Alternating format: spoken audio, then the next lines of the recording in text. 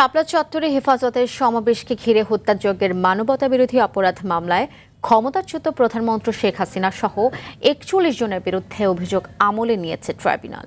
মামলার আসামি সাবেক প্রতিমন্ত্রী শামসুল হক টুকু, সাবেক আইজিপি শহীদুল হক, সাবেক সেনা কর্মকর্তা জিয়াউল আহসান, সাংবাদিক মোজাম্মেল বাবু ও ফারজানা রূপা সহ ১০ জন গ্রেপ্তার থাকায় পলাতক হাসিনা সহ ৩১ জনের নামে গ্রেপ্তারি পরোয়ানা জারি করেছে আদালত।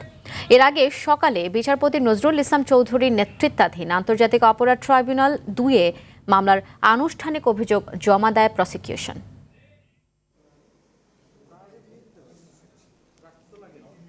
একচল্লিশ জনকে আমরা সেন্ট আপ করেছি, তাদের বিরুদ্ধে আমরা আজকে ফর্মাল চার্জ দাখিল করেছি এবং এই ৪১ জনের বিরুদ্ধেই মাননীয় ট্রাইব্যুনাল নাম্বার ২ অভিযোগ তারা আমলে নিয়েছেন। যে হেফাজতের মামলাটি যাতে একটু স্পিডি ট্রায়াল করা যায়, দ্রুত করা যায়, আমাদের একটু সংক্ষিপ্ত তারিখ দিয়ে যাতে এটা করা যায় সেই আবেদন আমি আজকে জানিয়েছি।